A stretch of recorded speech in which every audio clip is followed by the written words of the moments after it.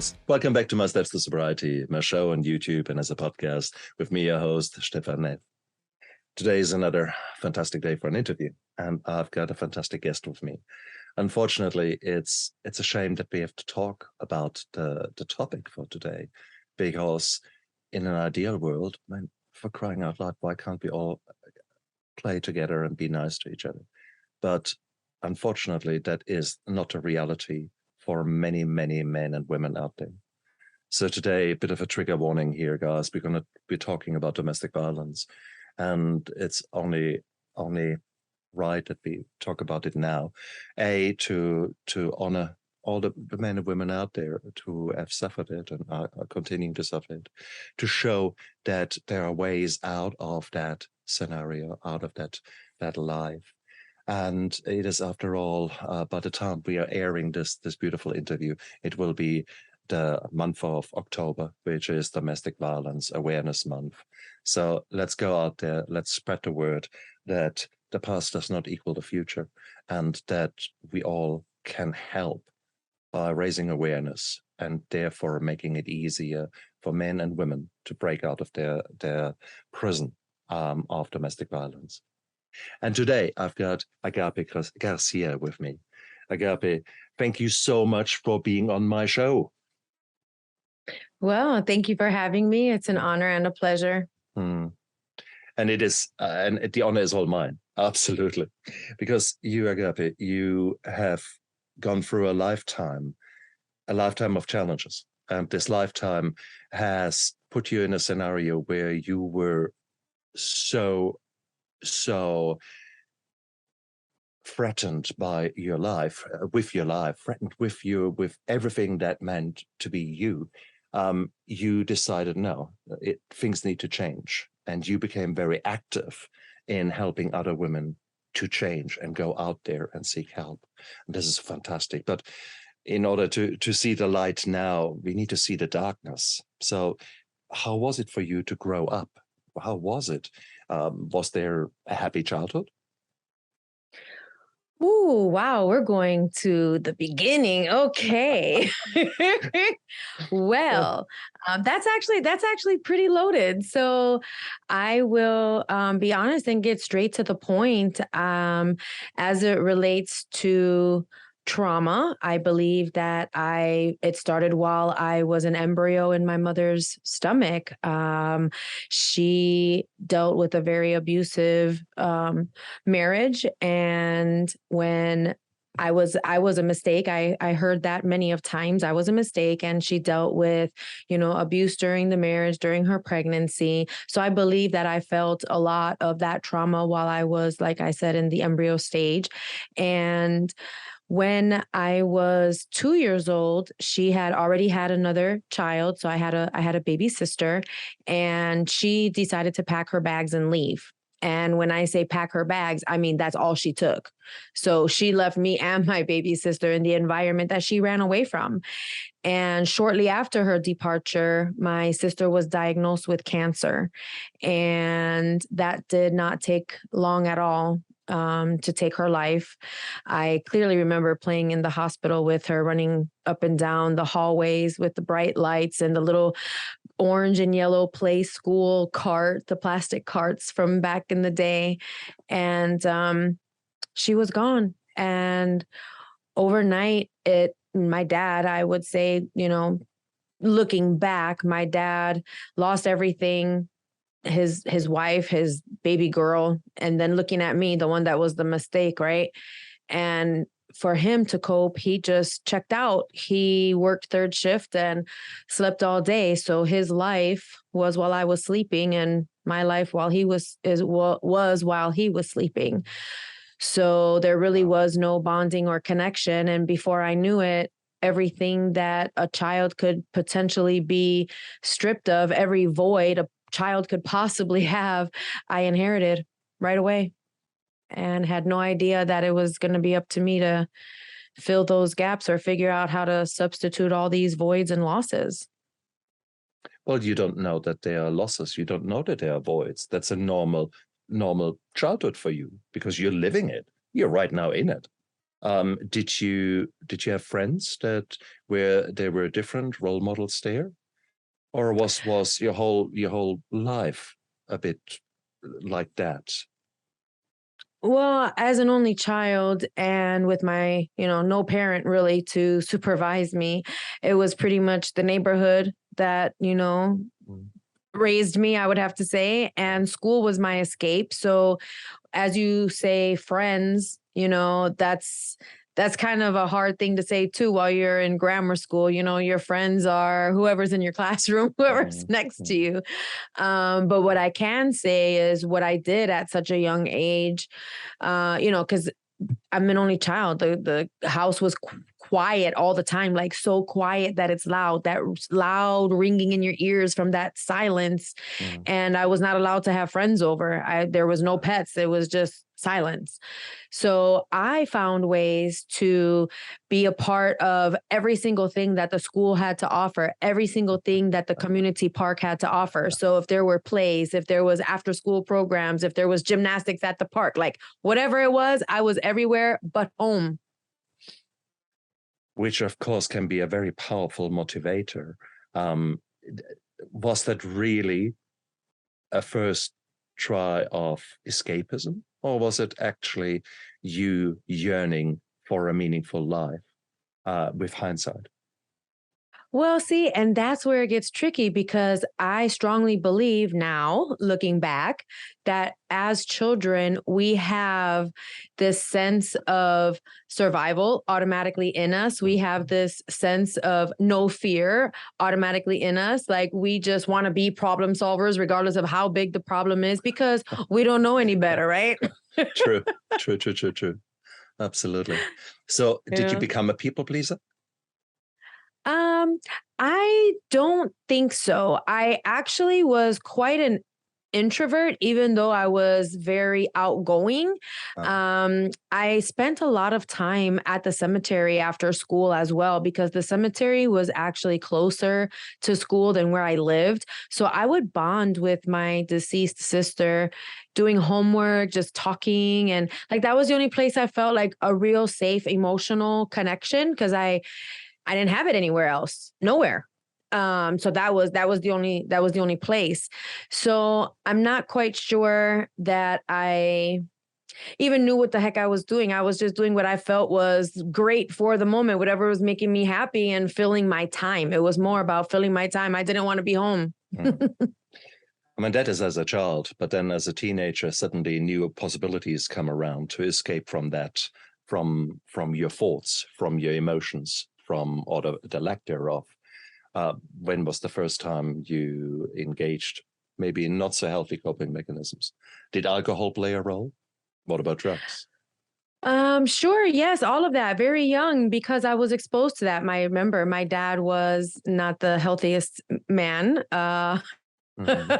That was the environment my mother ran away from. And with him being so young and his coping mechanisms, like I said, working third shift, sleeping all day, well, the weekends were party time. Right. And I got dragged around to all of that, all of it. I saw everything that you would protect the child from seeing.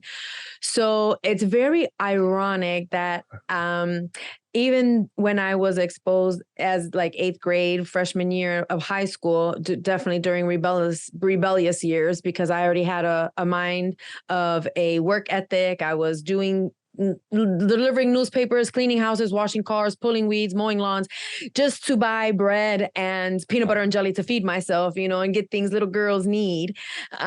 So at that time, I thought I knew it all and I could do whatever. And I really didn't start with the alcohol until sophomore year because I was already a dropout at that time. And I was definitely, I was definitely getting involved into some drugs. You say dropout. That's interesting because often enough, young humans, young people, when they hate home, they love school and they try to be good at school. And because they're constantly there, they maybe get noticed and maybe get the support they need. Maybe they grow. Was that happening with you? How were your school grades? How were your marks? Well, interesting that you say that because in grammar school, I was in the honor roll damn near every year. At one point, I was in the newspaper for straight A's. So when I got to high school, Uh, like I said, I already knew the streets. I already was uh, stealing my dad's car while he was sleeping. I already had a work ethic. I was making money. I knew how to get around. I'm oh, thinking I'm an shit. adult. Yeah. I'm 14 and I'm an adult. I had ran away from home and everything. Uh, okay. So there were different priorities in your young life. Maybe not surprisingly, not surprisingly, because here you were. Oh, wow. Okay. How did that continue? Or more importantly, what did what did the drugs or what did the alcohol give you? Who did it turn you into? What need did it fulfill? You know, I would have to say at that age, I don't think there was a reason, rhyme, or purpose. It was just more like, hey, we're young, we're dumb, we're Yeah. out, we're just, Okay. gaffing off. I grew up in a not so good neighborhood, so it was already outside any time of the day or night that you wanted Mm, it. So it mm, was completely accessible and mm, basically considered the norm. I mm. mean, I'll be very transparent and honest with you. We were hanging out at the park drinking Mad Dog 2020. I mean, how sick can you freaking get? Like, it's not fun to be behind the bushes throwing up at 2 o'clock in the afternoon. You know what I'm saying? Like, oh my gosh, what the heck? It wasn't for a reason. It was just to be like cool and dumb. Mm. Okay. Oh, that's very cool. Um, cool. Did drugs were drugs easily available? Oh yeah, of course, all the Mm. time, 24/7.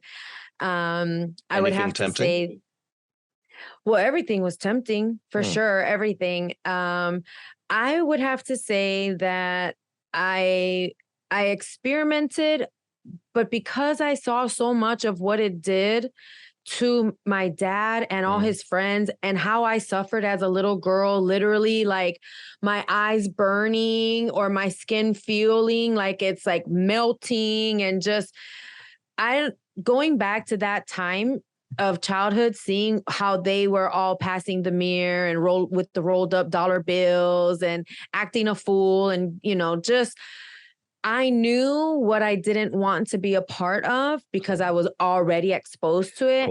Cool. I Yeah, it wasn't until later that it became more of a coping mechanism for me. Interesting. Interesting. And that is often what you described there is so typical for children that come out of an environment where parents are alcoholics or taking drugs. That's interesting. Okay. So there was this kind of roller coaster affair, a love affair, hate affair with drugs and with alcohol in a young woman who is far more mature in certain aspects of her life than others, yet emotionally probably rather immature and probably rather confused and trying to make the most out of a world where the role models are few and far between. Is that fair to say? Absolutely. I think there was a lot of internal battles going on, like it was just, this is wrong, but that Mm. it's okay because everybody's doing it. And even though you saw it as a little kid I missed school, I missed church, I missed like my dad got into serious life-threatening accidents. Like there was just so much negativity. I didn't see the positive. I only saw the negative. And then I was a recipient of it too, Mm. like the play fighting got rough. There was things that should have happened that shouldn't have happened that did, So I knew not just like on that little kid level, but also, on a more mature level. So I kind of already knew like what I didn't want to look like, what I didn't want to smell Mm. like, how I didn't want to act. I didn't want that type of drama, So it was a very, like back and forth thing because that's what it was. But then as a teenager, everybody's doing it because you're Mm. growing up and this is just what's supposed to happen. It's in front of you. Everybody's, Mm. and you're curious and you try things out. So, it doesn't become fun until later. Good one. Good one. A very valuable insight there. When was the first Mr. Right coming along? Oh, Mr. Right Wrong. So Mr. Right Wrong was a part of that sophomore year, Right. Uh Yeah, and he was very much so a big part of the exposure to the drug, like Right. yeah. And we were together for 5 years, and it was very abusive in every area possible, just down the list. And it wasn't until I became pregnant and said, I'm breaking all the links here. I am not going to be the mother that I had who ran off. I'm not going to be the father that I had who was checked out. And I am definitely not going to have my daughter around a man that's doing the same thing that my dad was doing. Like, hell no, I'm breaking all these links. It's interesting that it needed your daughter to come onto this earth or into development before you saw the repetition of a theme occurring. You hated what was happening with your dad, yet you got attracted to the same kind of mold of men. Right. Can you make sense out of that with hindsight? I just didn't know any better. Fair call. I just didn't know any better. Fair call. And you have got some emotions, and there is this kind of maybe strong, probably macho type who is maybe something that you can align yourself with. Maybe there's really on a deep down level of seeking survival. You want to be together with someone who you think is strong, who can help you navigate through this world.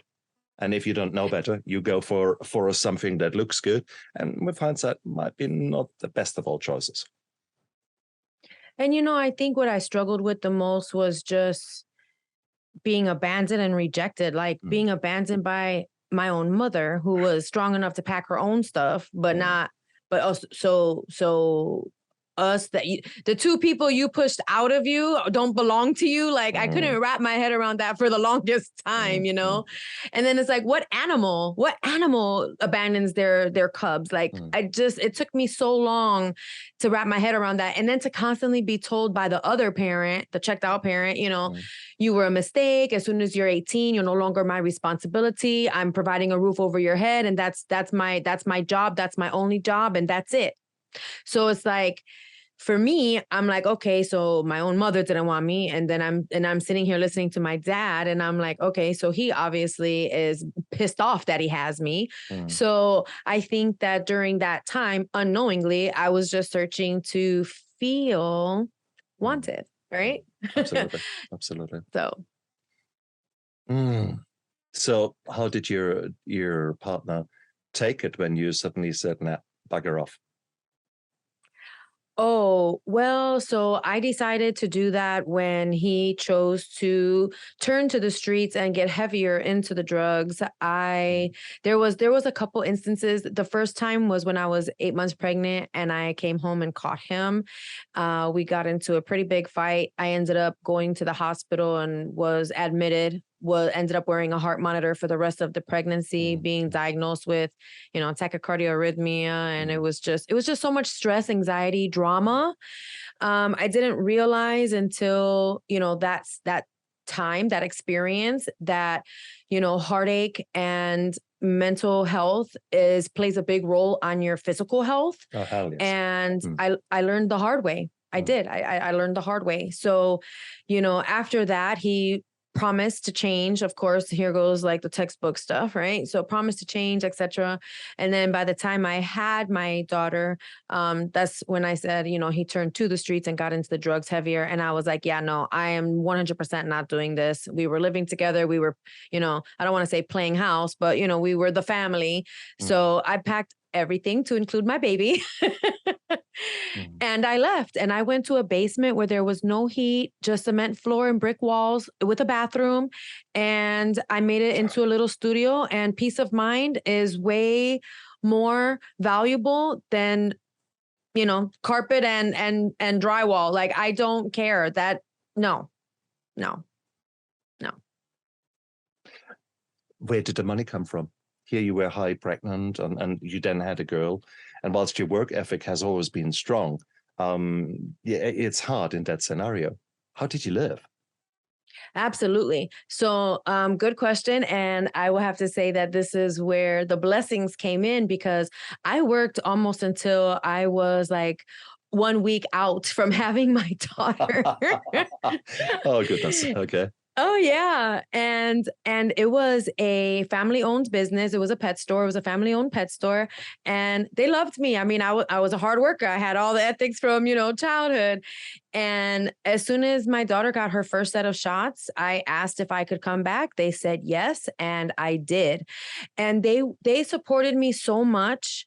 I was able to bring my baby in her walker while I did inventory, while I, went to the register, while I took care of, the stuff in the back and setting the shelves. And Yeah. I mean, like, it was just a blessing. And I had other jobs after that, like corporate jobs where if they wanted me to work overtime or on the weekend, Yeah. and I said, well, I have to bring my daughter, I would put her like in the shipping bins with all the popcorn, the packing popcorn, and she'd be in there playing while I'm like over there working my ass off. Okay. I can see that. And I'm so pleased that you were always having a bit of a lifeline there.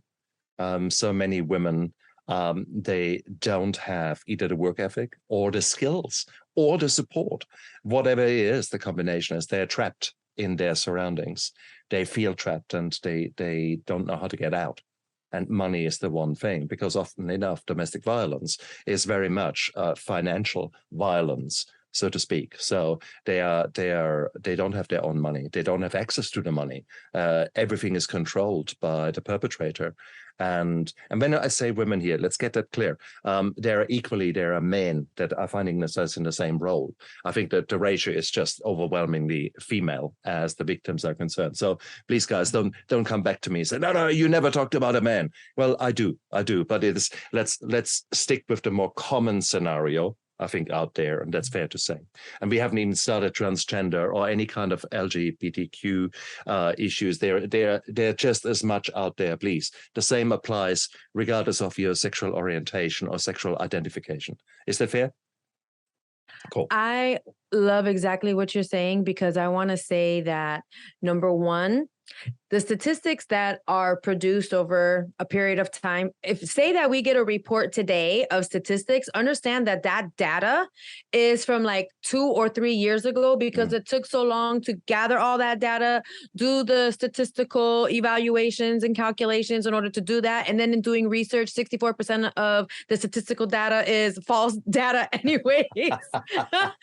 A little bit cynical, aren't we there? And everything that you said, and listen, domestic violence does not discriminate. I don't care what color, what race, what gender, how much money you make, what neighborhood you come from, where. Listen, it does not discriminate, period. Absolutely. The statistics will show you, as much as I was just saying, they're old and they're, not accurate. 1 out of 3 women are or have been exposed to domestic violence. 1 out of 7 men are or have been exposed to domestic violence. And as it relates to the gender bias, right now, all that stuff is new because of that community and all the things that, are changing, and for equal rights, and no matter, what you identify yourself as. So there's a whole new area now that needs to be dissected, broken down, and pulled, stats from. So this is all like a new era for us. COVID-19 and other things have definitely created another pandemic within a pandemic. You're very right. So, and that's so important that we highlight that as well, because here we are living in very strange times. Things are not getting easier, and whilst there is a better ways of you maybe getting information through Zoom, through interviews, through books, through all kind of courses that you can take, which is wonderful. So you can now make better links. At the same token, life is getting harder. Virtually the whole world is going through inflation. Food prices are going up, climate. Everything is getting worse. And guess what? What will happen to the domestic well-being? Yeah, my ass, exactly. We certainly see that in this country, where we see an increasing amount of homelessness, of call outs to police with regards to domestic violence. And it's getting nastier and worse. And therefore, it's so important that we speak out about it, and that we actually look at the root causes for domestic violence, see where things are actually coming from. So there was a good reason that I asked you, Agape, with regards to your childhood, because often enough there are many contributing factors that are laid down very, very early in our lives with regards to core beliefs, with regards to experience that we have that form you, and that will determine how you behave, how you maybe stick within a violent relationship, rather than there's the logical thing is, why did you not get out of there? Well, there are damn good reasons why. And that is what we need to explore. That is why I'm so grateful that you have shared your past there, because that laid the foundation for your later relationships and how long you stayed in there or how you dealt with them. But so far we've talked about that. You are now blissful, sort of the single mom who is having the support, which is great. You can get the money. The child is with you. Hey, beautiful roses, unicorns, and no. Are you kidding?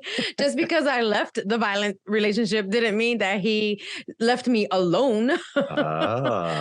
There was a lot of pop-ups and showing up and still trying to, be verbally abusive. I mean, to the point where he showed up in front of my new place and kidnapped my baby. She was 1.5 years and kidnapped her off of her 3-wheeler, her big wheel, put her in the car and started driving off. That I literally threw myself on the hood. It was like a movie. I'm holding on to the hood. He's driving like a maniac to get me off. And I'm like, call the police. Almost for a mile. My brand new gym shoes were tore up like a commercial. And, I had to literally get in contact with the police. This is where he lives. He just came and kidnapped my daughter. She's not even in a baby seat. It was so much drama. But remember, I left because he chose the streets. And it was shortly after that he got himself into trouble on the streets, and he ended up leaving the States. He, I went to Puerto Rico. But here's my thing, because I grew up in that neighborhood, this is why it seemed so normal. That's why it seemed like it was okay. It wasn't until I had my daughter that I said, I do not want to give her the same life. I am in control of changing that. Well, that's what I thought anyways. Okay, so cool. So for 18 months, hell continues, but now finally unicorns. Oh, come on, there must be a unicorn somewhere there. Come on. Well, the next thing was like getting up out of this cold basement when in the middle of winter, when there's no heat, this was not our long-term, space. We needed to have like an actual, apartment that had walls and kitchen and, a real place. So that was a stepping stone for me to just kind of, save money. I went back to get my GED. I had help with after he left the States, I had help from his mom to, watch her. And she ended up brainwashing the crap out of me. Like, oh, you didn't have a mother, so you don't know how to be a mother. I had 5 kids. I know exactly what my granddaughter needs. Every cry, every tone in her cry, I know exactly what it is. I had to call the cops just to get my baby back when I was like done with work or done with school. Like it became a tug of war between a human being. It was like, okay, the apple didn't fall far from the tree. What the hell's going on here? Well. That's. I think she probably started driving me to drink a little. That's interesting. That's interesting because there you go. It doesn't just. You can't just take an act of domestic violence just in its own right. But yes, it's so important to actually look behind the scenes. And with that, I don't make any apologies. There was probably quite a good measure of mental illness or certainly personality disorder that was displayed there by your mother-in-law or however the relationship you want to call it. That of course has influenced him. Why the hell was he trying to escape in drugs? And then okay, so there's always more to a story. Again, not apologizing for deeds that were done, or not excusing them. Let's put it like that.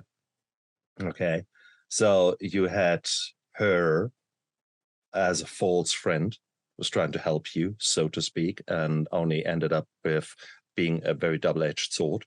Yes. How did you get out of that? Okay, so I got my GED, and then and then the very last day of GED class, we were told that it was the last day to register for our associate's degree for in the community college. So I just pursued. So I continuously after the GED, pursued my education, and I continuously got out of jobs and, obviously seek like corporate jobs, and got out of like the little, I'm sorry to say, but they were very nice to me, the, family owned little pet store.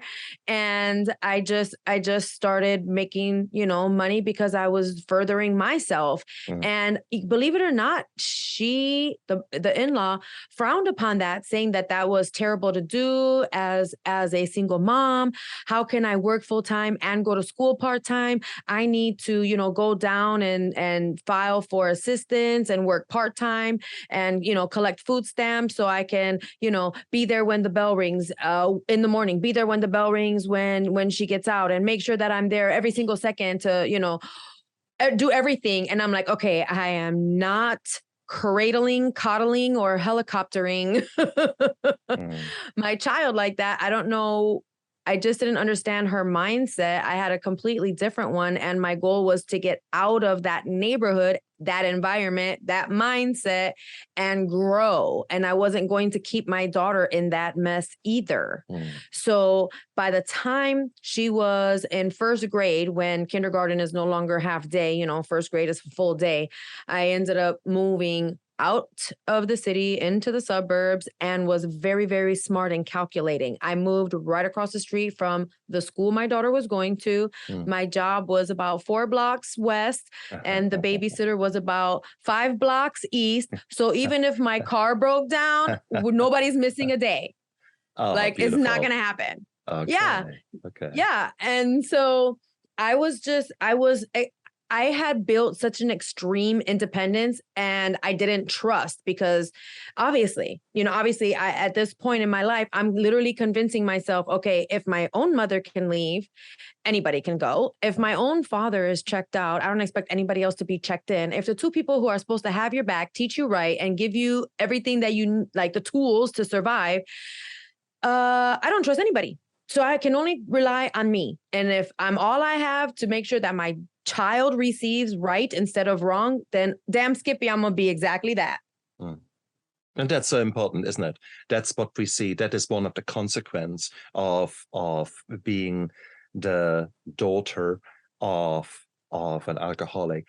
Even if there are not even if there was not as much drama and as much trauma in your life, it's still that typical lack of trust that such children start to display in their later life, because there have been so many promises that were broken.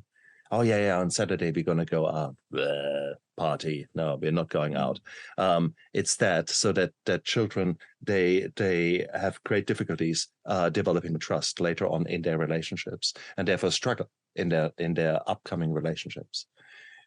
You had that all on steroids, for crying out loud. So, God. But and of course you could say, you could blame yourself, saying, well, here I am. My father was absent, and out of necessity, I am absent because I need to bring in the money. I need to physically fight for the survival of myself and my daughter. Did you have guilt feelings for that? I didn't feel like I was absent. It was not like that. I felt that, I took her to the babysitter about 5:30 in the morning, 5:45, because I clocked in at 6. I did get out just in time for her bell to ring when it was time to get out of school. And I only went to school twice a week. So those other 3 days, we had a routine, and it was a healthy one. Nice. I definitely, because I know the difference of a parent being checked out and a parent being completely absent, I didn't measure to neither one of those. Nice. In my mind. Good. Okay. That's interesting. I don't want to fast forward too much now, because obviously your child might have very different opinions. And that is the same thing that I had to face now. I didn't think I was a bad dad, because I was working so hard. I was providing for them. I was constantly out there, 16-hour days. And with hindsight, certainly my younger son is giving me the third degree over abandoning him, not being there for him, etc. during that time. So however you play it, there's a price to pay. But that is what it is. Now let's go one step back, because you are here essentially a go-getter. You're a survivor. You are a kick-ass superwoman, actually, going out there to have, because nowhere in there did I hear anything about, well, I was looking after myself. I was doing something healthy for me. It was all goal-orientated. There was a task, and you achieved it, and then some. So that is a very, very, that's not an easy life to live. Let's put it like that. How did you cope? I mean, there's only so many times that you can get up and be really in a good mood at 5:30. I don't think so. Well, as sick as this may sound, I felt very confident in what I was doing and how I was raising my child and the decisions that I was making with furthering, myself as it relates Beautiful. to having a responsible job, being responsible with my daughter, paying my own bills, pursuing, a career based on, my degree. And so I didn't feel like I was coping. I actually woke up feeling really responsible, and responsible made me feel good. Nice. Okay, so that was beautiful. Okay, so how long did that last? Oh yeah, so it lasted about till the time I decided to give somebody else a chance. Okay. So that was 8 years to be exact. For 8 years, I just stayed focused on, raising my daughter, doing what I was supposed to do, taking care of what I believed, I wanted, and solely being the sole provider and protector. Like, it was just me. So I had to figure out how to run the tightest ship in my own life and still have that balance. Without feeling guilty, right? And I think because everything was like in a 5-minute radius for us, I wasn't spending a lot of time in traffic. I wasn't like, oh, I'll be there in an hour. Like, everything was so close that it was, it just felt good. It felt like I made the right decisions and was doing the right thing. So, nice. So when I met this next individual, I met family, I met friends. We dated for a couple of years. I didn't have any reason to to question anything. I didn't see any serious red flags. I've been around the block by this time. I even tried to reconcile with my own mother. She had no interest in it. So I accepted that for what it was. It just said, okay, stay true to who you are, and I will do the same. And it was a very, to me, trustworthy relationship. And back then there was no Facebook to do your own investigating. There was no, public information to see how far back you can go and find all the information, out that you need to. There wasn't any of that. So here I am thinking, he's just as responsible. He is introducing me to everybody. I don't feel like there's any red flags. So by the second year of us dating, I was pregnant with my second child. And at my 3rd month of pregnancy, I developed the chicken pox, which was very life-threatening to my unborn child. Now, during that same time frame, he was in another state being interviewed for a job, which he was offered. So when he came back, he was like, hey, this opportunity, is here for us. Do you want to go? We're not married. I know you're in school. Your daughter's, in the middle of her second grade year, your job, like, what do you want to do? And I was like, well, are you kidding? Like the biggest thing, getting out of the, when you get out the hood, the furthest away from the hood you go, the more successful you are. Right. So let's go. Okay. So I planned it out. I wanted to finish out my semester. I wanted, for my daughter to not miss school during the transfer, even though it was across the states. I waited for also her spring break. So I had enough time to pack and give my notices and everything. So I wasn't too stressed. It was more excitement. Okay. Which is beautiful. So yeah, that's what I thought. So while 7 months pregnant, I am driving across country with my child to go to, my new home and start my new family.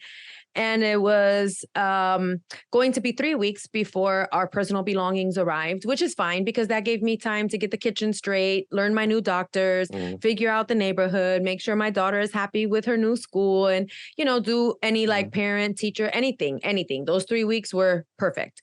So the day that our boxes arrived, I'm unpacking, feeling so, just grateful and happy, excited about the future. Oh my gosh, I can't believe it. This is just like almost a dream come true, and like pinch me to make sure I'm alive. And while I'm unpacking and putting stuff away, I come across remnants of another woman. Did you hear me? I did. And I was like, my eyeballs are popping out of my face. My heart is pounding through my chest. When you say remnants could be body parts, or it could be clothing. That's just personal belongings. Okay, that's maybe a bit better. Okay, I wasn't sure where this is going, for Christ's sake. Okay, I'll give you that. I'll give you that. Okay. So yes, personal belongings. Okay. That's bad enough. Okay. Hello, that's right. So I'm like trying to go through all the conversations we had over the last 3 months, right? While he's settling in, going to his new job, and I'm over, at the old place packing and stuff. And I'm like, did he have friends? Did he have family? Did he have visitors? Like, oh my gosh, I don't even know how I'm going to address this without coming across accusatory. Let me just think of a way to be, calm about it. It tormented me all freaking day long. I knew that I was in no shape to call at that moment. Like I just needed to cool down and get my thoughts right. I knew that much.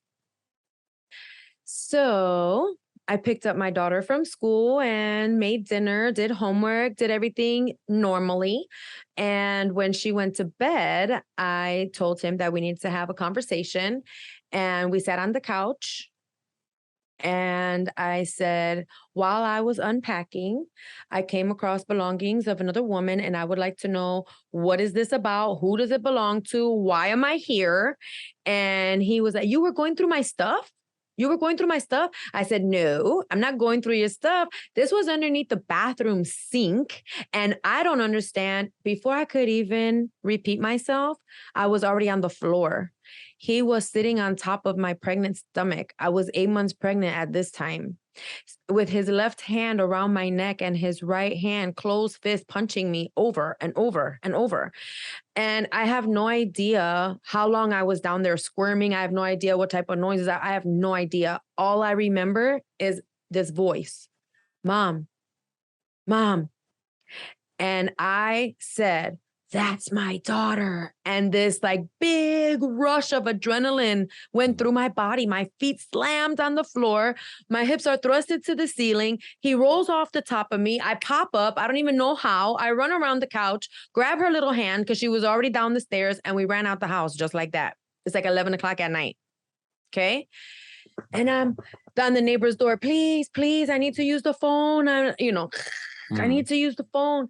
And I'm like, they had kids. I said, please send my daughter with the kids. I just, I called the cops, and I don't know how long it took the cops to get there. All I remember is I'm just sobbing and sobbing. And I'm thinking to myself, is this my reality? I just spent my savings on moving out here. I don't have a job. I can't collect unemployment. I don't know anybody. I'm just now meeting the neighbor. I don't have family. I don't have friends. I'm in a foreign state. I'm in a foreign place. I have no idea even how to get like around beyond my neighborhood. I don't know the laws in this new area. Like, oh my gosh. And then I'm like, can I even have this baby? I don't even know if my baby's okay. Am I going to be able to do it on my own? Every single thought that you could possibly think of, I was in complete devastation. Are you kidding me? So the cops finally get there, and this guy did not hit my face. My face was not bruised. The cop pulls my ear back, and my whole head is already blue and purple with blood blisters and everything. It was enough to take the pictures, to have the evidence, and they went to go get him and take him away. So I'm just going to kind of go through this part quickly, but I had nowhere to go. The shelters were not taking anybody at midnight. I don't even recall if I could get a hold of a shelter. The cops said to give them a call, that they would, talk me through some things. I don't even think I remembered that comment, because I don't even think I called until the next day. And I'm thinking, okay, I have to go back to the house, to the apartment. Okay, I'm going to give my daughter an escape route. I'm going to put all the furniture up against the door. I need to stay up all night because I'm not going to go to sleep. For all I know, he could be released or bailed out, or I don't even know what the, laws were in that state. So I just stayed up all night crying, praying, repacking, thinking about everything. How am I going to do this? What's going to happen? I got to take my daughter to school tomorrow. I have to, because I have to go to the emergency room to check on my unborn baby to make sure that my baby is okay. I have to call the cops or go down to the station to see what should I know? What's available to me? What should I expect? Meanwhile, I'm like calling different agencies like the Health and Human Services, different types of shelters. I am standing in line for all of that, everything. And there is no such thing as real-time resources for real-time victims in the heat, like real time. When I'm saying real time, like there is no such thing. You have to stand in line. You have to fill out the application, wait for a phone call to get interviewed, wait to see if you qualify, and I'm sitting here like, I'm about to be living in my car. I have a baby on the way. Like, are you kidding me right now? My daughter's going to be out of school in 3 weeks. My son is going to be born in 5 weeks. How can I convince the doctors to give me a C-section and pull him out sooner? He can't be in my body. Oh my gosh, the trauma. It was so much. And I had to figure out what the heck I was going to do in 47 days. And it was the most, I don't even know what kind of word to put on it. It was just the most pressure, anxiety driven, stress related time in my life. And you think I was calling home? You think I was calling anybody for help? Like, who am I going to call? My friends? Well, yeah, I was about to say, who is there for you there? You know what I'm saying? Friends. And why am I going to go back to the place that we both came from? Word gets around. Why? This guy just tried to kill me with his own baby inside of me. Like, what? I don't even know who this person is anymore. I'm not going to put anything past him. You know what I'm saying? Like, oh my gosh. And then how can I be so stupid? How did I not know? Where were the signs? How did I miss them? I didn't realize until later in life, these are like narcissistic behaviors, strip everything away, make you completely independent, strip you of everything, make you be reliant 100%. So now I can dictate, control, have, blah, blah, blah. But I didn't know that in the beginning. Like, I just thought abuse was, physical. No. This is beyond physical. Like you were saying before, it's also financial. Here I am. I have nothing, not a pot to piss in, a window to throw it out of, nothing. My electricity went out. My phone went out. I had no gas to put on my car. I'm on foot in the 95-degree weather, 8 months pregnant, trying to get, food, water, anything. It was insane. And being pregnant, oh man, I did not drink, but I thought about it every day. I did. Interesting. And so, so it was hell. It was complete hell. And so much that I was, beating myself up for, because it was my decisions that I stood on. And now we're here because of me. So now I have to really kick it up into, survival and protector.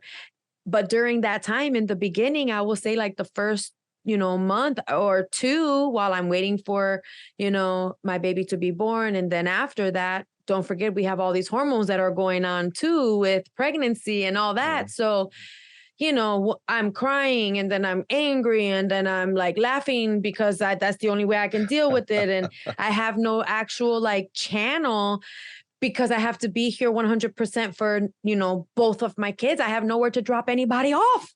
And even if I did, what the heck was I going to do with myself? So, wow. Wow. Wow. What the hell? Yeah. With hindsight, how was he successful in displaying a loving relationship or creating the illusion of a loving relationship for so long? And were there signs that you missed? Yeah. So, the way that he presented that lovingness and all that was, he was really such a sweetheart to his mom. Every time that he, was doing something for his mom, he would call and see if I was available. So then, like, we could all, if it was a pedicure or a massage or, a nice dinner or brunch or, he was just like really respectful with his mom. He seemed to be really close with his, sister and cousins. He had a good, relationship with coworkers. There really wasn't anything that raised flags. It was, as a matter of fact, a coworker of mine before I left said, make sure that you really get into a big fight before you go, because you have to know, you just have to know. She was an older woman. I didn't even question her. I was like, okay, I think I like that idea, And I did, to the point where I even packed his stuff, put it in boxes and bags and threw it outside. I mean, like I went to the extreme. I really did. I did. And even then, there was no physical anything. It was more of like just in my face and very like, why? Rah, rah, and so to me, it was like still nothing like I had been exposed to in the past. But again, in the past, it was just in my face all the time, the physical component of it. There wasn't this like predatory type of step-by-step protocol process, like attack the mind first and then the finances and then the stability and then the, for him, I felt like it was like a straight up checklist. Of course, I didn't figure that out until like way later. But it's textbook narcissist behavior, predatory. I think that's a really lovely way of putting it. There's nothing lovely about it, but it's a really good way of saying that, because that's exactly what it is. Who was the other woman? No idea. Never found out. All I got was the fist. Oh, thank you. That's enough. I mean, you don't need more messages there, isn't it? Yeah. And so I testified. I decided to testify. I went in and I spoke to the district attorney and I was ready to go. And, they put me on the stand. And let me tell you that when you're on the stand and they bring your abuser in, I shrunk like a punk. When I saw him and we made eye contact, I'm ready to tell my story. Let them know exactly what you did. I have a zero tolerance. How dare you try to kill my own baby? Yeah, that's what I thought I was going to say. But as soon as we made eye contact, I was like this and I didn't know how to talk. And I was so pissed off because I couldn't pull my shit together. Interesting. And the judge said, I've seen this too many times. You're sentenced. So I'm thinking now, not then, I'm thinking now, like, so if you've seen this too many times, why are you allowing the pattern to be repeated where you're bringing the person in to basically re-victimize the victim that's trying to testify? Like, that doesn't make any sense. Or is that the biggest hallmark of your true relationship, that the fear that you didn't even realize was there? Because here you are the go-getter, the kick-ass woman. And then suddenly the whole bravado, the whole macho side fell apart. And there was the real you, scared. Was that not the biggest message that you could have sent ever to that judge or to anyone who was looking? Perhaps so. Perhaps so. Being on that side during that time, I didn't know. But yes, now being on the other side during this time, if I saw that, yes, that would be a telltale sign for sure. Yeah. So it's hard. I mean, of course, you want to protect women. Was there at any one time the thought that people were not believing you? Because that seems to be a recurring theme. Equally, when you talk about women who have been suffering from domestic abuse, the perpetrators can be quite convincing and insidious. I had one woman who came to me with tummy pains, 20 years of tummy pains. And I was a pain physician. And as part of my evaluation, they had to fill out reams of paper. And one of the questions was, have you ever been abused? And so the day I saw her, she came with a support person. She came in and I introduced myself, wanted to sit down. And she said, Doctor, I just want to comment on something. And I said, yeah. And she said, you're the first person in 20 years who has asked me if I have been abused. And I said, tell me more. And it turned out that her husband had, as part of his domestic violence, always kicked her in the abdomen, punched her in the abdomen, so that there were no witness, that there was no evidence. That's right. And it was that kind of behavior. And the moment she said that, I knew we don't need another CT scan, and you don't need another operation on your tummy. Let's talk. And that was exactly that. So I think it is so important. And because of that, there is no evidence. Therefore, people say, no, he's such a nice guy. I don't believe her. Did that ever happen to you? No, because I really wasn't calling home and I was in a new space. So I didn't have friends or colleagues. I wasn't at work. I was, I didn't have a social life at that time frame. Under those circumstances, I didn't have anybody or anywhere. And plus whatever I did, I chose not to even share, because at this point I made my bed. I need to lie in it. I already know that statement. Goodness gracious. Yeah. Okay. How did it continue? I mean, the path alone from you making the accusation to then appear in front of the judge, that would have been months, would it not? It was. Well, I was still pregnant. So I think that it was probably just about a month. It was about 3.5 weeks later. Oh, wow. That was fast. Yeah. Yeah. So it was pretty fast. And that's what was so nerve-wracking, because I knew that where I was at, listen, I was not dumb. I took all my paperwork. I went down to the leasing office and I said, I need you guys to take my name off the lease. Here's everything that happened, because I knew that I was eventually going to have to get, my own place. And I could not have that on my credit report or my record. Otherwise, I'm not going to be able to provide for my children. So that was like the first thing, that I did after I got out of the emergency room, to make sure that my unborn child was okay. And, I'm sorry, I got lost with that response. But no, you always look out. You're actually doing a huge compartmentalization. Whilst on the one hand, you tell me, yes, you fell apart and that's snot and tears everywhere. You had always that mama what bear. Do I have to do? That's what do right. I have to do? Mama bear will be there, and you don't stand between mama bear and her cubs. So I mean, yes, especially if they're all hungry. Exactly right. My goodness. So what happened with him then? So he ended up being sentenced, and it was a very short-term sentencing. It was less than 5 years. And so I at least knew that half of that was going to be, taken off for good behavior, because that's what they do. And so it was a double attempted homicide, and to only be given 2 years and a few months for a double attempted homicide, that's hardly anything. That was just only enough time for me to actually find a room for us 3 to live in, and then to find I didn't even look for a career. I was no longer looking for a career. I obviously was not in college anymore. Now I'm just looking at how much do I need to make an hour so I can pay the bills and have something to make sure that we're good. All that other stuff is out the door. And so that's what I did. As soon as my, son got his first set of shots, I was ready to take him to daycare and start working, because I had to. That was it. So it was almost like my entire childhood I had went through all of that to prepare me for now this adult type of survival. And because I tell you what, If I didn't go through what I went through as a child, there is no way in hell I would have had the mindset or the stamina to believe in myself that I could actually make it on my own. Wow. How did it continue?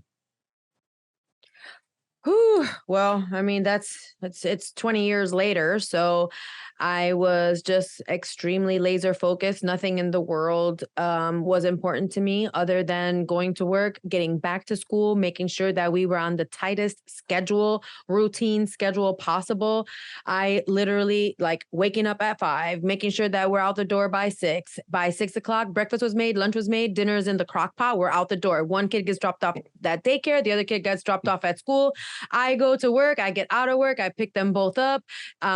Eventually, about 6 months or 8 months later, I had a great neighbor, another single mom that's been through some stuff, and she was willing to help me while I went back to school. So she stayed with my kids for 3 hours, 3 times a week while I went back to school. And I actually graduated with my bachelor's degree, years later. But I had that support. And, that's what I want to say is that those statistics that I said earlier, 1 out of 3, 1 out of 7, people don't talk about domestic violence or the different types of violence that falls under it. But the second that you do, you'll be surprised. And please always keep those statistics in your mind. You'll be surprised how many people, if they're just an earshot of hearing it, will be like, oh yeah, you know what, this or that, or I'm willing to help, or I can do this, or let me share this. Let me tell you what worked. Let me tell you what didn't work. It's like trauma affects us all. We all have some sort of experience or exposure to it. We all respond to it differently. But the one thing that brings us together is leveling up our coping skills, And I was a victim that moment that he attacked me.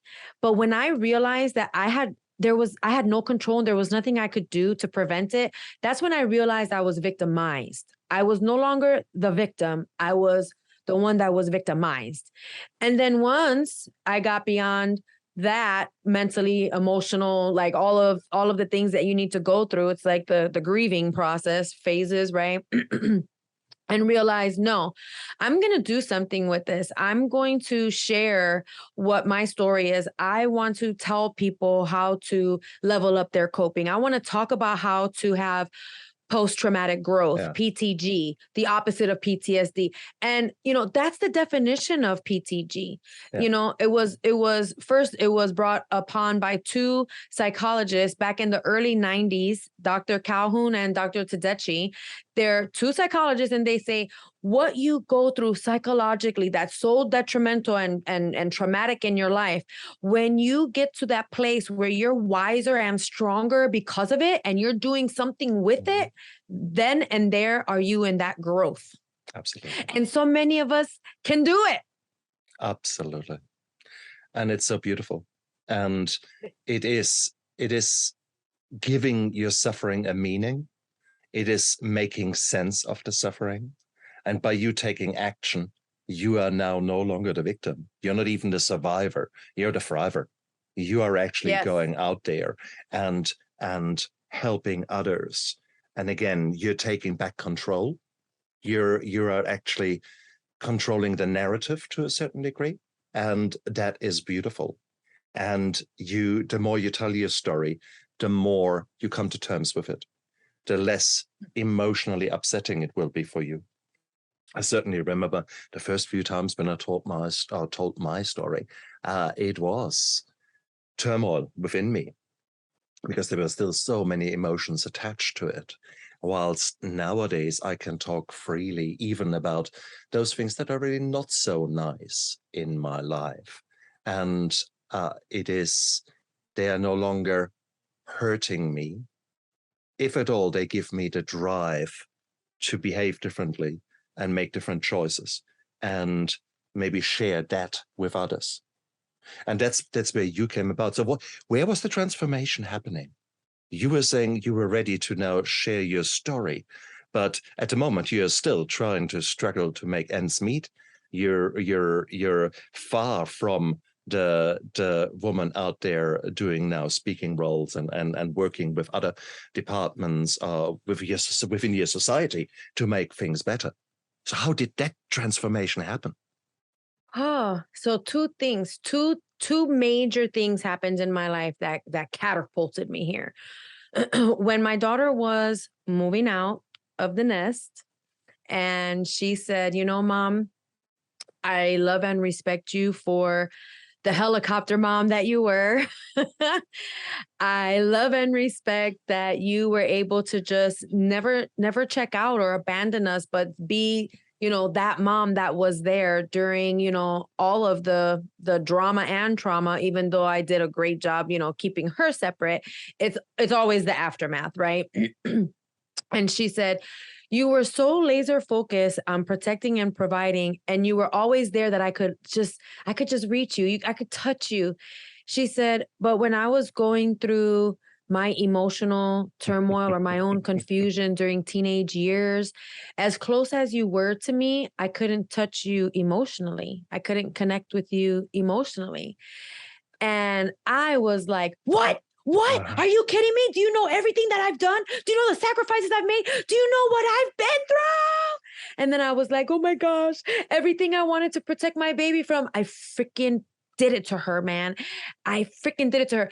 I didn't know. I didn't even realize that I was checked out. I didn't have anything to measure it against. I don't know what that is. I didn't have a connection, and I was just like, oh my gosh. So my focus was like, okay, baby, you know what? We're going to get through this.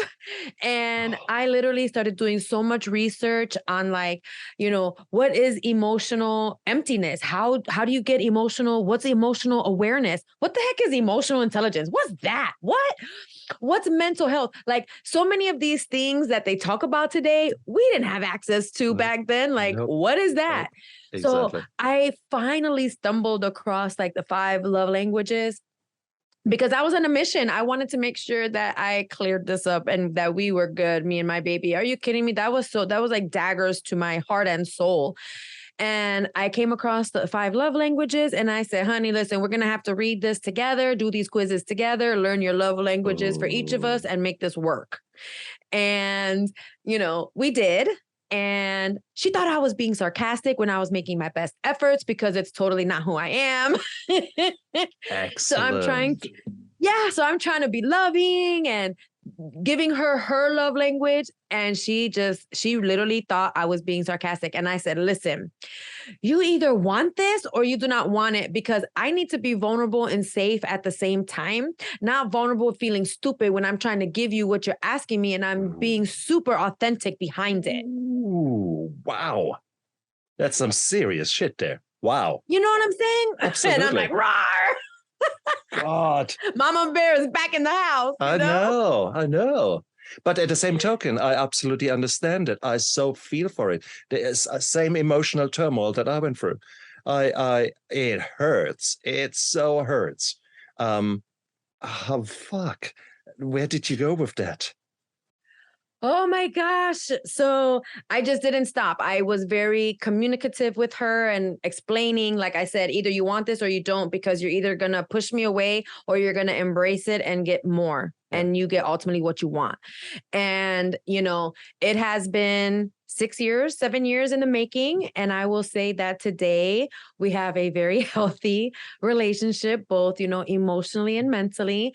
I've definitely applied a lot of what I learned with her and through her, obviously with my younger one. And, without their blessings, I would not even be here sharing my story, because they ultimately were the recipients of, how I coped and how I dealt with things. So that time in my life, they, received the domino effect of it. And I'm so happy that I was not that checked out parent, that even through thick and thin and the worst of drama and trauma, I was able to keep my stuff together to the best of my ability. And they don't have, they're not in therapy for trauma. They may be angry at some things that I've done, but hey, be mad at me for whatever you're saying you're mad at me for, because that was just me being a mom, and I'm okay. I don't feel bad.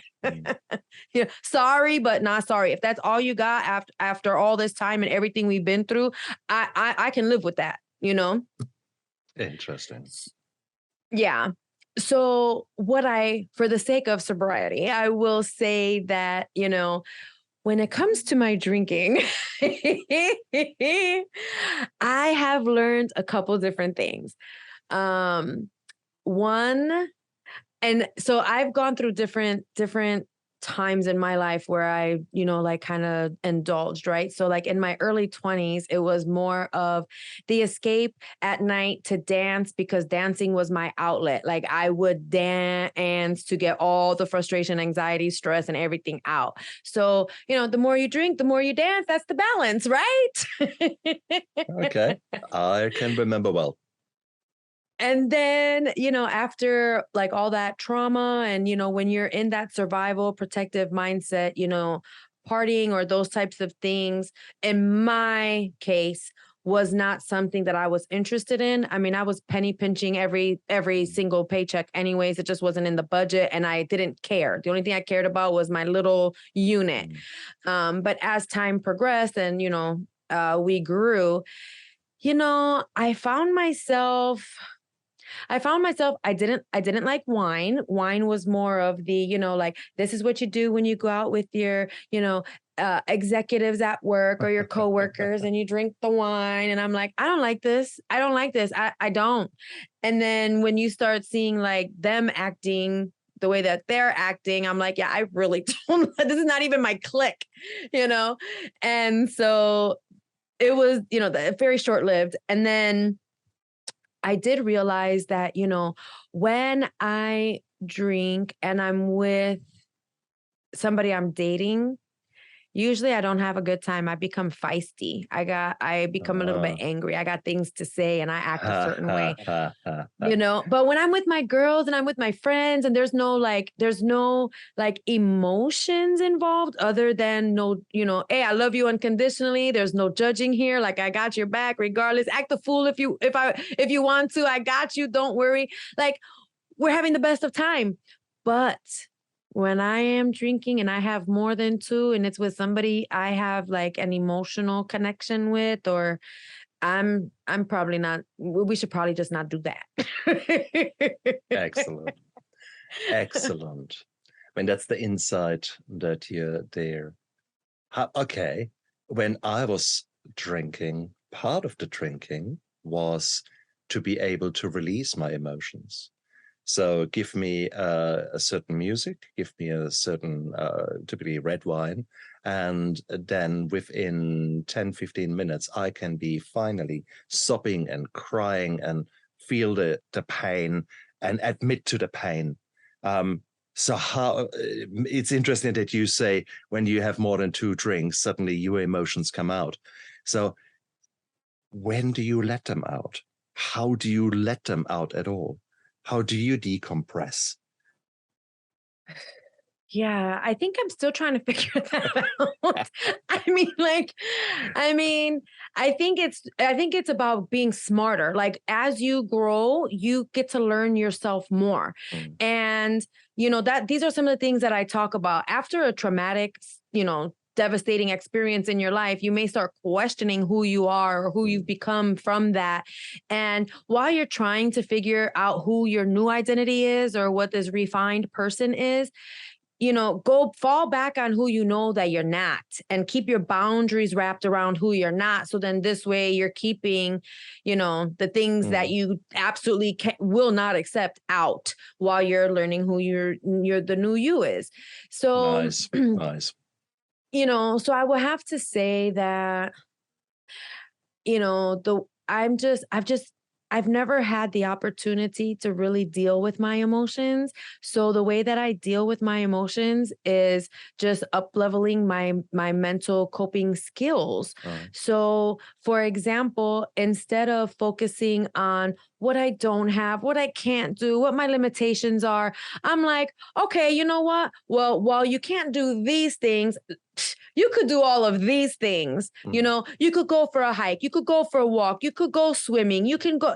So I'm going to do that. Why am I going to sit here and like focus on the limiting negative things, which become affirmations, which is, you know, affirmation is considered, you know, fact, you know.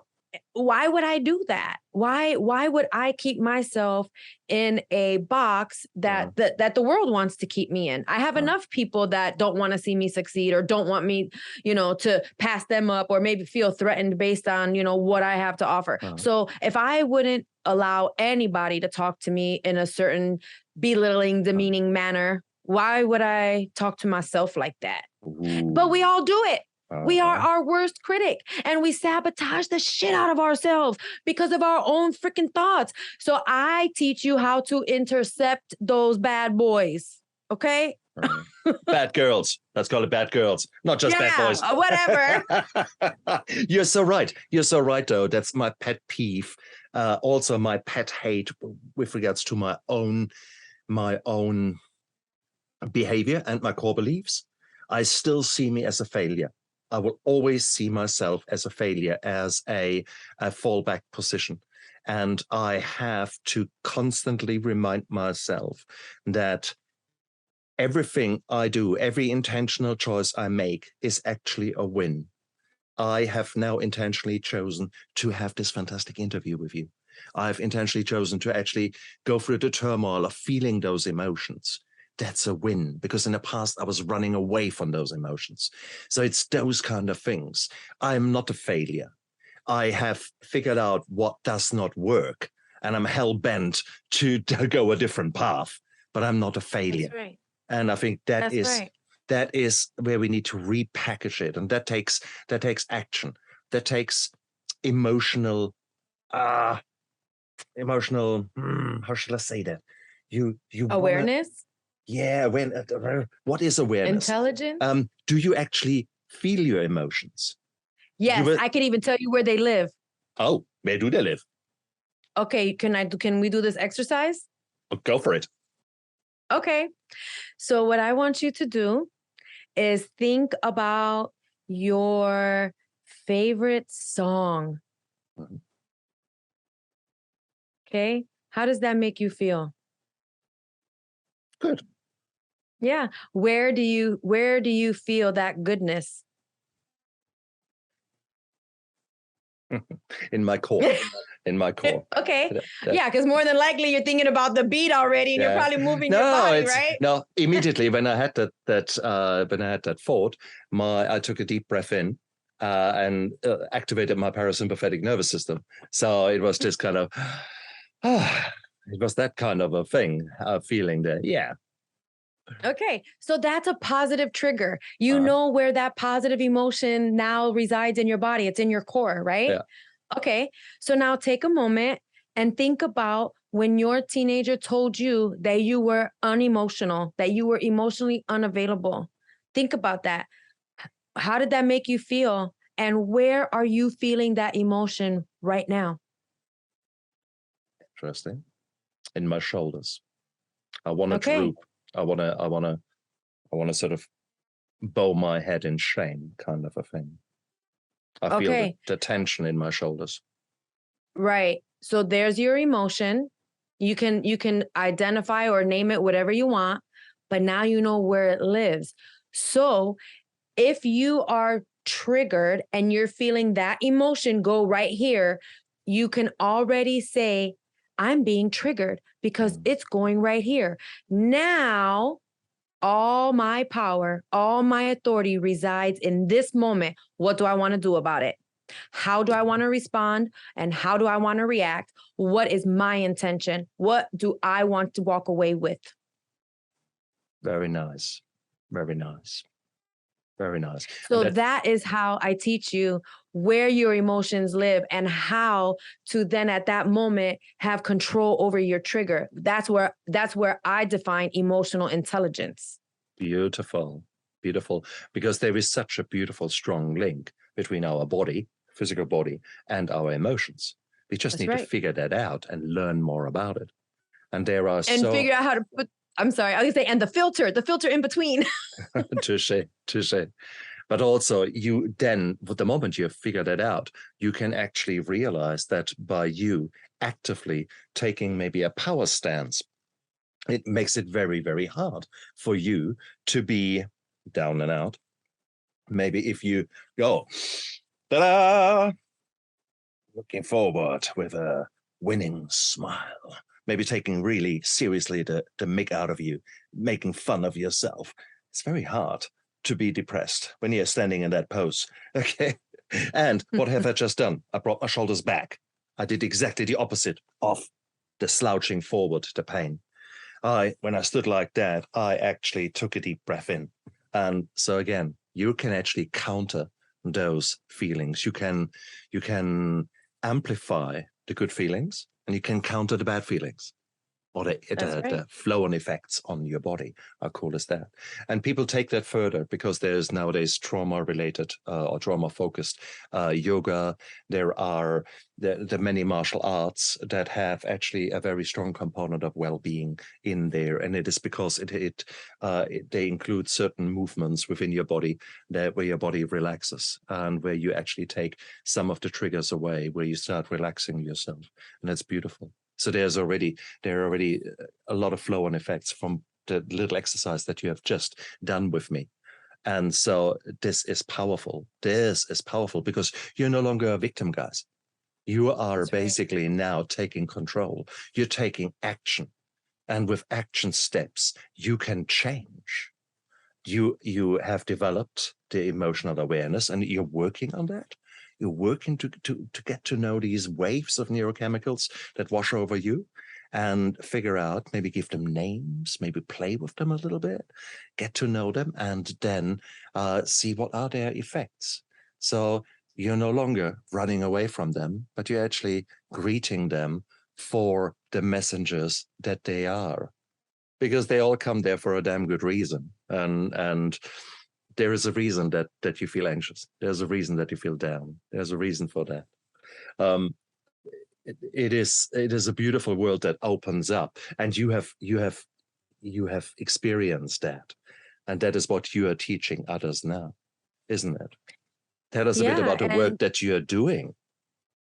Oh my gosh. Yeah. And that's just that's from being boots on the ground, like in it for so long by myself too. So constantly being that resourceful individual, constantly trying to navigate, constantly seeking different ways and healthy ways. And, not just for me, but also, for my kids, but, they are of me. So, if I'm not putting into me, I'm ultimately not putting into them because I have to be right in order to provide and to give and to keep sanity, and that's the one thing another thing that I talk about is while we're going through our natural, humane, trauma-driven responses, like extreme independence being one of them, when as a parent, while we're going through that, we should not lose sight on how we are emotionally feeding our children. And I go one step further, yourself. You're giving, and however that giving looks like. In your case, you called it negative, the helicopter parenting, the being in control and needing to be in control, because otherwise it would have all fallen apart. So how do you feed yourself? How do you keep yourself sane in this kind of role? Where can you intentionally let go of that control for a bit and look after yourself? So me personally, or for everybody? Oh, both questions. I mean, you are this go-getter mama bear out there. Okay, who looks after mama bear? Yeah, Mama Bear needs to look after Mama Bear. Mama Bear was brought into the world by herself. Mama Bear is going to leave the world by herself. Yeah, that's okay. There's only so much bullshit I can take in an interview. Yes, whilst that is you, that is your survival mechanism that you fall back onto. Who is looking after you? How do you look after yourself? So honestly, I will say, remember before I said there was two things that changed my life. Mm, And the first thing I shared was, my daughter telling me that I was mm, emotionally unavailable. And the second thing was being in a car accident. I was in a car accident just 1 year and 2 months ago, and I had a 1% chance of surviving. I should shit. not be here today. It was definitely a design for sure. It was the first time that I felt like I was not fighting for my own life, that somebody else was fighting on my behalf for my life. Like I shared with you, I fought my entire life just to live, just to raise myself and then raise my kids and, Mm, protect them from danger. And when I was in ICU for, 2 weeks, while I was in rehab for a month, um, you know, I knew that it wasn't me that was fighting for my life. Something bigger than me was fighting for my life. And that definitely changed it. And like I was saying before, when I was mentioning, oh, if I focus on what I can't do or my limitations here, or, because 50% of my body was damaged. mm, I was not even at one point, I was not even able to raise my arm without, by itself with nothing in it. I could not even raise my own arm. Like literally half my body was done. And, you know, I just knew that it was saved for a purpose. And I know that in my bones, I truly feel that this is my purpose. I am supposed to share my story and mm, and teach people and show people how to replace those negative affirmations with positive affirmations, how to mm, kill and stomp out that negative inner critic and replace it with a positive mm, voice. mm, How to just intercept those sabotagers that I was talking about mm, earlier. And there's no such thing as, forgetting. There's no such thing as, mm. No, yeah. replacing memories, but there is such a thing as, you know, changing what it is. When I say replacing, they're always going to be there. But if you replace the negative with the future, I'm saying it wrong. If you replace a negative memory with a future goal, then your energies are Mm, going to a more positive place mm, that's going to then generate motivation, then mm, give you more clarity. And then all of a sudden you're like feeling like you have more purpose, and you're mm, going to keep going and going because you realize who you're influencing, who influences you, where you're going to build the community. And I mean, like, you just grow. mm. It's just changing that and shifting that mindset. It takes 6 to 12 months to break a bad habit. It only takes like 21 to 28 to start creating a new one. So true. So true. 300 So why focus? repetitions to do Yeah, a good right. physical thing, 3,000 repetitions to undo a bad movement. You're so right. You're so right. So condition your positive habits so that they become a natural part of your day. Exactly. But it takes intention. Like, you Absolutely. have to carve out time throughout your day Yeah. to actually do that. And that's what my programs are all about. That's exactly what they are. I'm a certified high performance coach. I am, an emotional clarity coach. I am a post-traumatic strategian, post-traumatic growth strategian. Like, I work with you on training your brain. Beautiful. Absolutely beautiful. You're an amazing woman. And if people feel that there is a link there and they want to know more about you and maybe get in touch, where can they find you?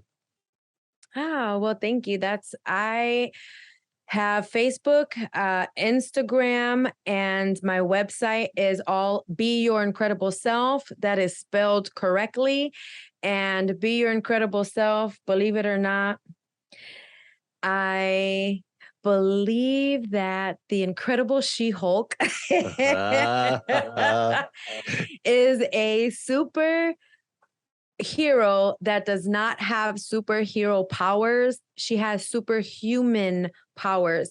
The Hulks, She-Hulk and He-Hulk. Nobody knows about the She-Hulk. She's been around since the 80s. I know they got this new thing coming out about her, I know, but yeah. yeah, but she's been around since the 80s, stronger, smarter, and everything. Unbelievable. But they're triggered. They become these green monsters, destructive monsters, when they're triggered.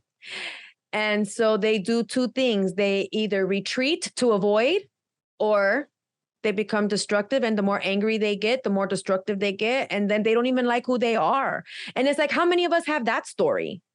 You know? Oh, yeah.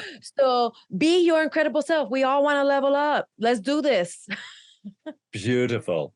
And guys, look down there into the description of the YouTube video and of the podcast. All of Agape's links are down there. What have you got to lose? Get in touch and try to figure out who is the new you. Who do you want to be when you grow up?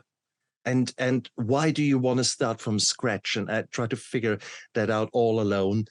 Don't you think you can speed things up a little bit when you work with someone who actually knows what they are doing? Maybe because they have been in the darkness themselves and are now sharing the light with others.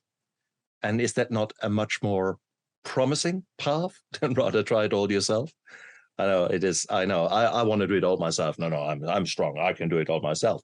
Yeah, no.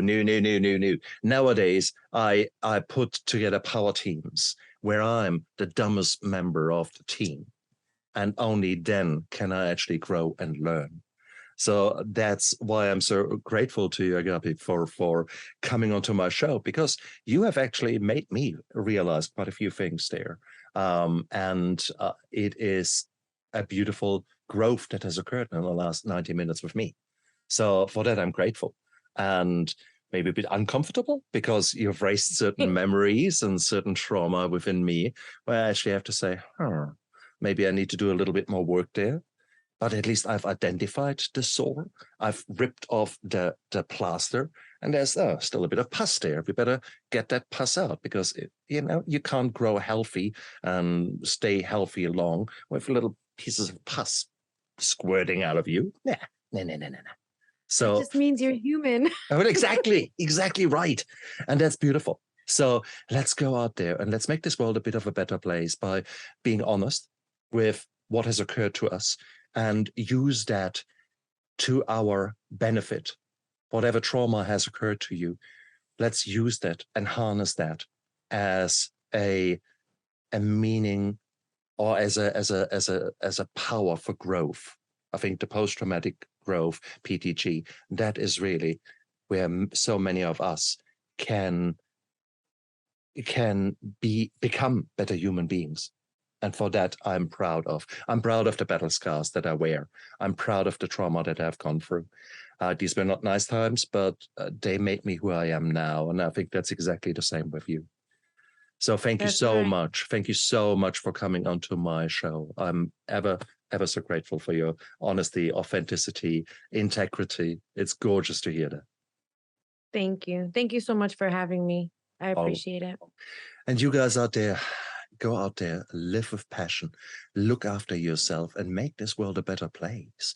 And maybe start with thinking a little bit after this interview, and maybe get in touch with Agape and see if you can't actually address some of the demons that were so far hiding deep inside, and maybe some of the behavior patterns that you're not so proud of. So thank you very much, Agape, and you out there, look after yourself. Bye.